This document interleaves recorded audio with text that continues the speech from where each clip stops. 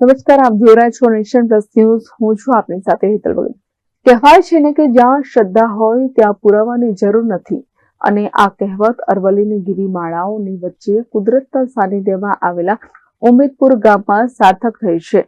ઉમેદપુર ગામે આવેલા પવિત્ર ભગવાન શ્રી સ્વયંભુ ખંડુજી મહાદેવ ધામમાં પરંપરાગત મેળો યોજાયો હતો, જેમાં સદીઓથી ભાદરવા મહિનાના બીજા રવિવારે યોજાતો મેળો આ વર્ષે પણ યોજાયો હતો. અરવલ્લી જિલ્લાના ઉમેદપુર ગામે આવેલા પવિત્ર ભગવાન શ્રી સ્વયંભુ ખંડુજી મહાદેવ ધામમાં પરંપરાગત મેળો યોજાયો હતો, જેમાં સદીઓથી ભાદરવા મહિનાના બીજા રવિવારે યોજાતો મેળો આ વર્ષે પણ યોજાયો હતો, જેમાં હજારોની જનમેદની ઉમટી પડી હતી.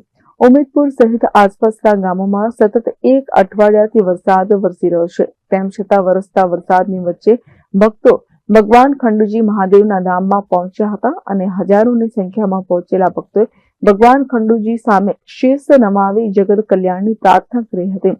સાથે દુંદાળા પશુઓના સારા સ્વાસ્થ્ય માટે ભગવાન ખંડુજી મહાદેવને અરજ કરવામાં આવી હતી.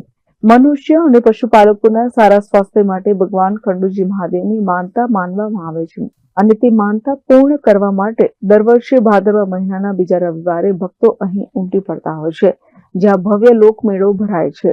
આ લોકમેળામાં હજારોની જનમેદની ઉમટી પડે છે, અને ભગવાન શ્રી ખંડુજી મહાદેવના આશીર્વાદ લઈ ભક્તો ધન્યતા અનુભવે છે. ખેડૂતો અને પશુપાલકોમાં આ મેળાનું વિશિષ્ટ મહત્વ રહેલું છે, કારણ કે જે કોઈ પશુપાલકના પશુ દૂધ આપવામાં ઊણું ઉતરતું લાગે, અથવા તો કોઈ અન્ય પ્રકારની દુધાળા પશુ અંગેની સમસ્યા ઉદ્ભવે, ત્યારે પશુપાલકો શ્રી સ્વયંભુ ખંડુજી મહાદેવની બાધા માનતા રાખતા હોય છે. જો તેનું પશુ સારું થઈ જશે તો ખંડુજી મહાદેવ મંદિરે મેળા દરમિયાન પશુના પ્રથમ બનેલા ઘીમાંથી બનેલી સુખડી ખંડુજી મહાદેવને ધરાવશે, અને તે માનતા પૂર્ણ કરવા માટે મોટી સંખ્યામાં ખેડૂતો અને પશુપાલકો ઉમેદપુર ગામે આ મેળામાં તેઓની પોતાની બાધા માનતા પૂર્ણ કરવા ઉમટી પડતા હોય છે.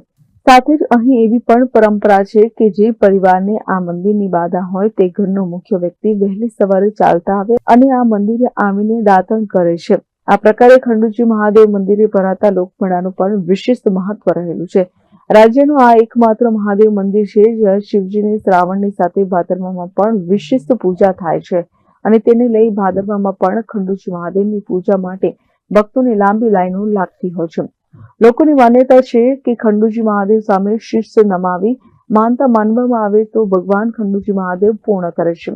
એટલું જ નહીં, મનુષ્યની સાથે પશુઓની સુખાકારી પણ જળવાઈ રહે છે.